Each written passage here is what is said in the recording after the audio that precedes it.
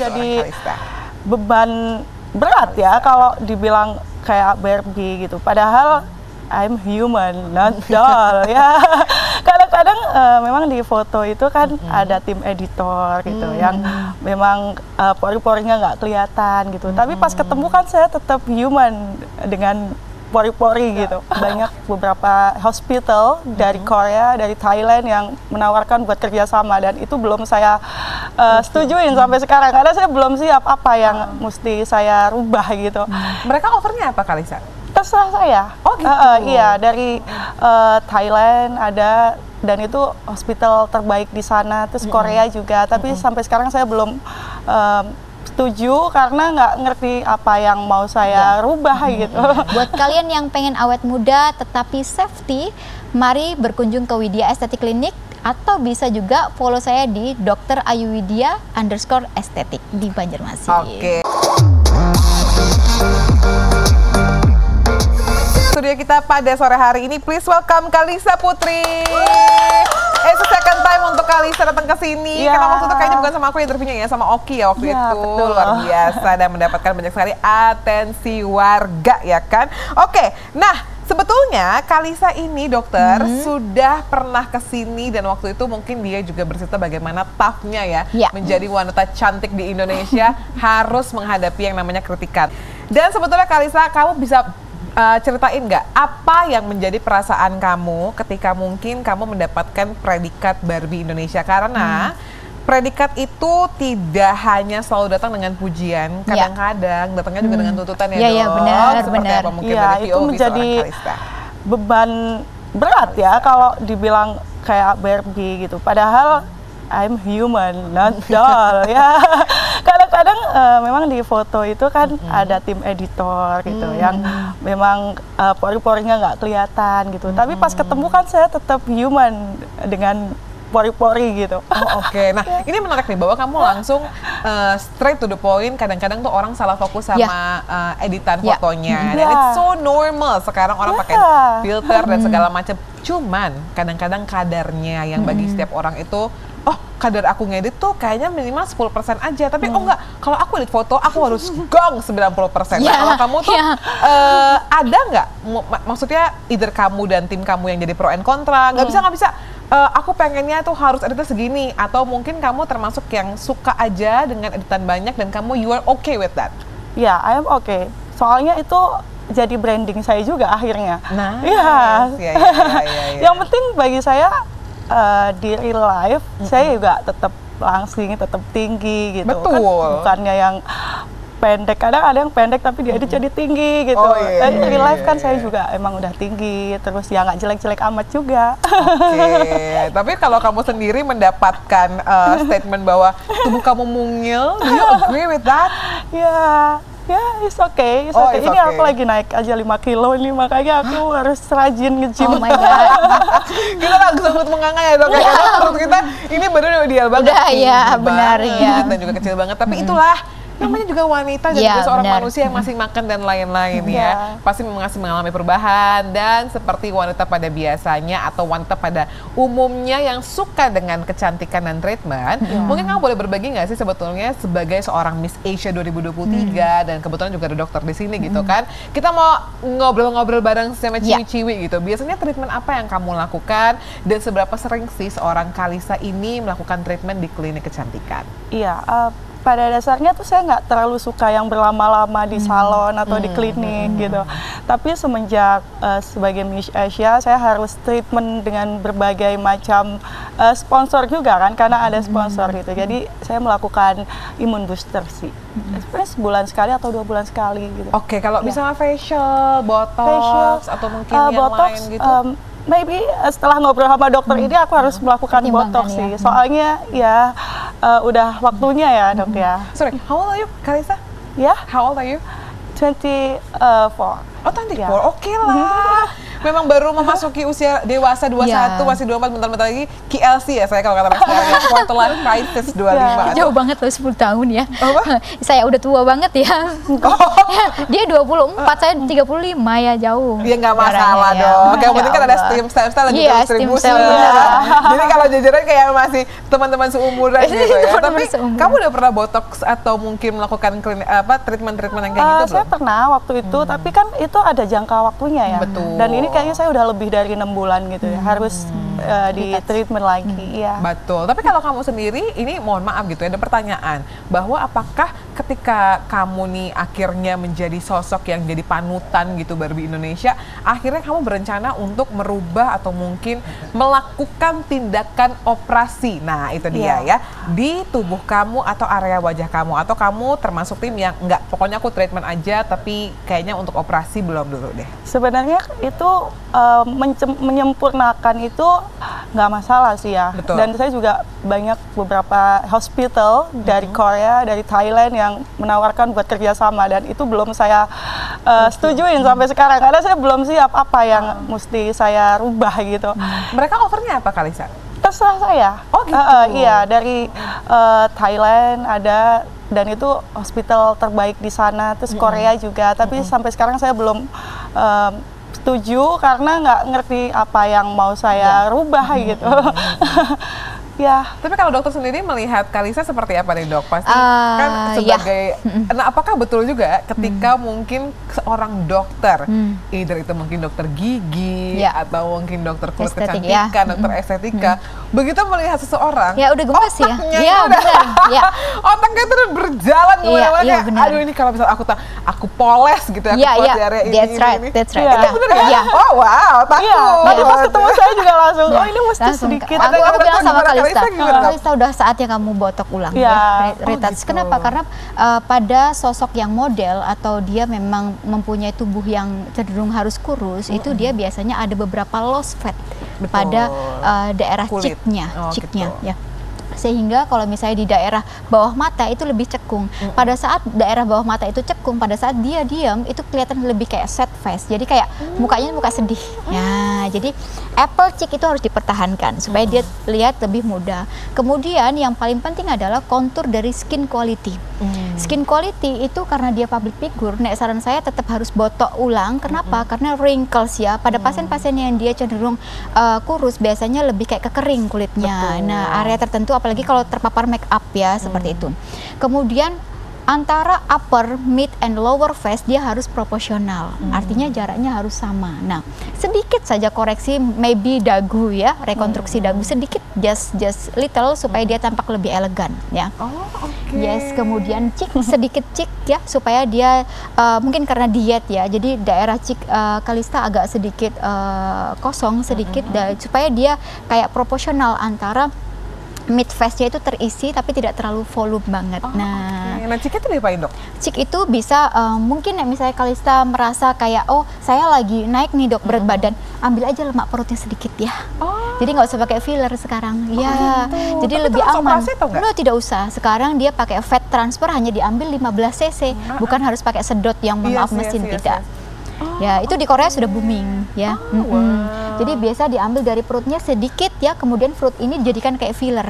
Berarti mimpi warga-warga itu bisa terrealisasi ya? Tapi kan kadang-kadang kan orang tuh, aduh bagian pahannya banyak banget, tapi kekeringan banget. Jadi kalau misalnya kayak program diet, misalnya udah pas nih, tapi ada area tertentu yang agak susah, itu disedot terus dimasukkan, ditransfer ke tempat yang membutuhkan. Seperti kantong mata, semelen, dagu ya, atau jolen. Jadi sehingga tidak jolen itu kayak tegas gitu. Jadi tegas tapi tidak perlu lagi kayak filler ataupun thread lip yang terlalu berlebihan. Berarti lebih gong. Dan satu kata kunci yang paling harus jadi pedoman adalah proporsional. That's right. Karena segala sesuatu yang berlebihan dan segala itu pasti nggak baik. Tapi kita juga nggak bisa memungkiri dok bahwa kita sebagai seorang manusia, terutama wanita yang mungkin dekat sekali dengan hal keindahan dan kadang-kadang tuh yang namanya penguasaan diri ini setipis kulit bawang.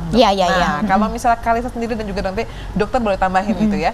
Ketika kamu sudah tampil dan mendapatkan predikat Ratu Sejagat lah, Miss Asia gitu kan, bagaimana cara kamu untuk mengendalikan diri bahwa this time memang saya sudah aging, sudah 20, masuk ke 20 pertengahan, memang sudah butuh botox, I'll do it gitu. Tapi nggak yang dengan tadi kamu dapat tawaran dari rumah sakit ternama dan lain-lain, kamu masih bisa menahan. Menurut aku sih itu sebuah pengendalian diri yang baik juga. So, kalau kamu bisa share gimana caranya kamu menemukan batas, ini bisa aku lakukan saat ini tidak, dan batas pengendalian diri kamu untuk treatment serta merubah atau menyempurnakan diri kamu. Jadi patokannya itu menyempurnakan, jangan merubah. Karena kalau udah too much, itu malah terlihat fake banget. Iya, benar.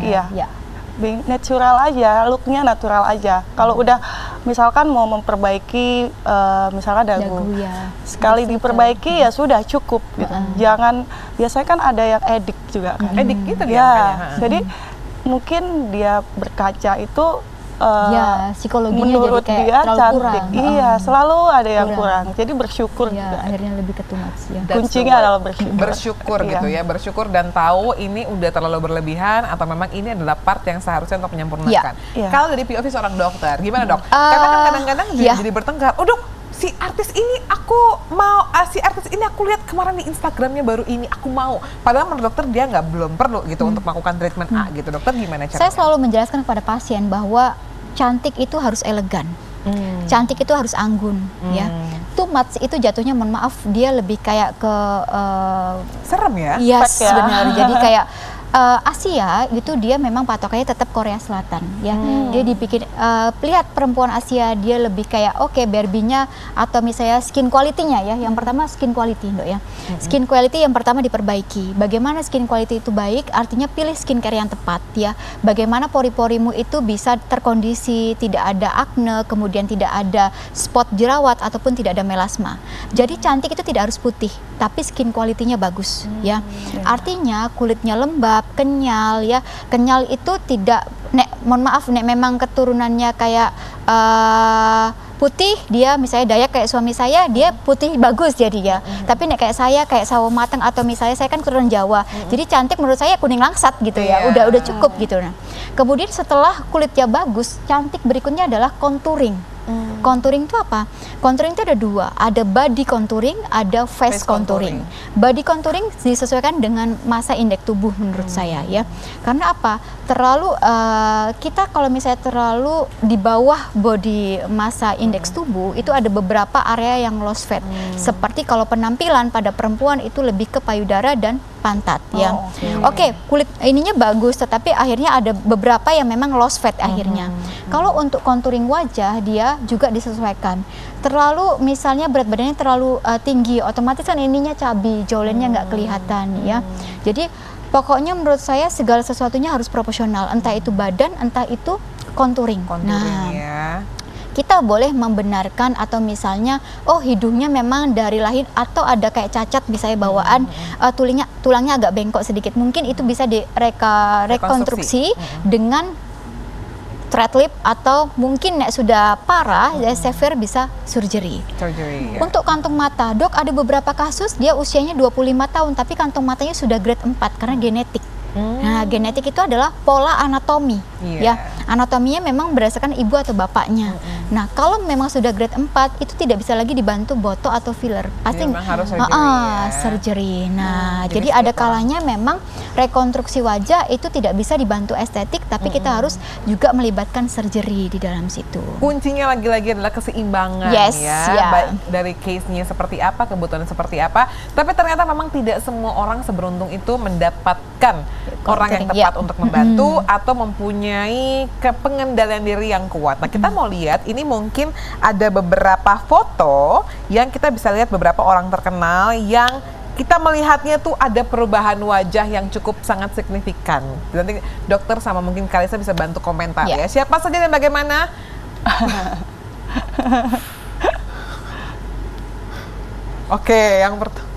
Yang pertama adalah Kakak Barbie. Ini mohon maaf ya Kak Barbie ya, ini kreatifnya yang pilih loh bukan aku.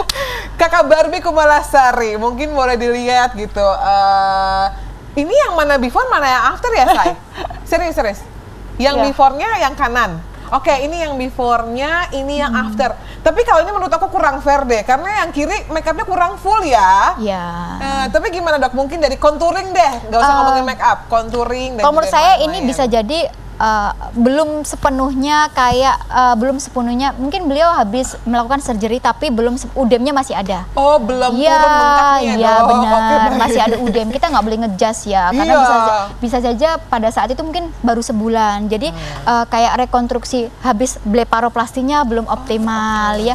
Kemudian untuk surgery rinoplastinya juga masih ada bengkak. Kenapa? Kita lihat dari matanya. Jadi kita lihat dari matanya masih agak bengkak. Nah, itu belum hasil final nggak bisa dinilai. Ini pengecualian. Apakah too much atau tidak itu belum bisa, karena pada saat kita lihat di gambar itu masih ada reaksi udem. Betul, masih ada plasternya pun gitu.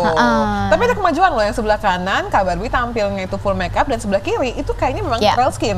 Berarti kan menandakan bahwa ada progres di kulitnya juga sehingga dia berani tampil di muka publik dengan no makeup lah gitu ya, makeup peluang. Tapi kita mau lihat dulu, ini mungkin ada satu lagi, let's check it out. Siapa? Oh, Mpok Ati, baik. Nah ini juga Mpok Ati kan memang pada saat akhirnya di usia senjanya akhirnya menceritakan bagaimana efek dari silikon. Itu filler dan silikon ya, yes. silikon yang dialaminya berpuluh-puluh tahun sampai akhirnya harus rekonstruksi dan lain-lain. Dokter gimana dok?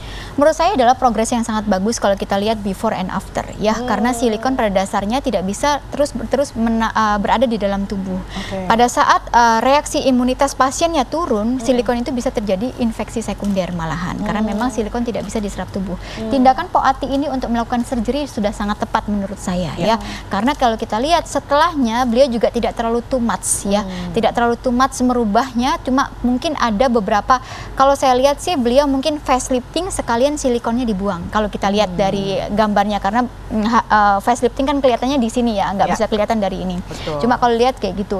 Kemudian untuk kontur dagunya sih saya masih approve, masih bagus ya, karena before and afternya ininya sih udah masih sangat bagus, cuma memang cupingnya masih mungkin posisinya beda ya. Beliau tampak depan, terus Yastunya tak tampak samping ya. Jadi cupingnya saja kurang sedikit diperbaikin ya. Oke, baiklah ya. Oke, ada lagi atau sudah habis? Itu dia ya. Tapi dok, sebetulnya apa akhirnya yang menjadi pesan dari seorang Dokter Widya untuk orang-orang yang masih ragu, masih takut, atau mungkin sekarang ini menanggung akibat dari treatment yang kurang tepat, baik itu treatment di klinik kecantikan atau mungkin surgery? Yang pasti adalah yang selalu saya tekankan, kalian wajib tahu apa yang dimasukkan, apa yang ingin dilakukan, dan apa komplikasi yang akan terjadi pada saat tindakan tersebut. Itu wajib pasien wajib tahu. Kemudian seberapa penting tindakan tersebut diambil dan seberapa penting atau efektivitasnya itu seberapa besar untuk diri pasien. Berikutnya adalah selalu tekankan untuk tidak too much. Artinya contouringnya itu harus proporsional sehingga kalian tampil cantik dan elegan. Ingat, awet muda itu prinsipnya skin quality bagus, contouring bagus, dan proporsional. Nice, sempurna sekali ya. Dan mungkin sekali lagi dok, ini boleh dijelaskan atau mungkin lebih diyakinkan lagi apa yang menjadi keunggulan dari klinik Dokter Widya mengenai stem cell dan juga pastinya luxury booster. Ya, saya Dokter Widya. Buat kalian yang mau mencoba sesuatu yang tidak ada di klinik lain, kalian bisa langsung datang ke Widya Estetik Klinik Banjarmasin karena kami mempunyai inovasi terbaru, yaitu luxury booster treatment yang pengen cepat glowing tapi safety, dan the executive stem cell yang pengen awet muda, no kantong mata, no smelling, no wrinkles, tanpa botok. Jadi buat kalian yang pengen awet muda tetapi safety, mari berkunjung ke Widya Estetik Klinik, atau bisa juga follow saya di Dr. Ayuwidya_estetik di Banjarmasin. Oke, kita boleh berikan tepuk tangan dong untuk Kalisa dan juga Pak Dr. Widya. Terima kasih banyak ya dok sudah mampir ke sini dan berbagi ceritanya. Such a very inspirational story, dan sekali lagi good luck for Widya Estetik Klinik. Nanti mudah-mudahan pada saat kamu Banjar aku bisa mampir. Dan Kalisa, terima kasih banyak juga sudah berbagi ceritanya, dan mudah-mudahan kamu semakin menebar positivity ya di akun sosial media kamu ya. Keep on doing a good work. So Inseptizen, itu dia episode dan talk kita hari ini. Sekarang waktunya Kristi pamit. Sampai ketemu lagi di episode Aitek berikutnya. Bye.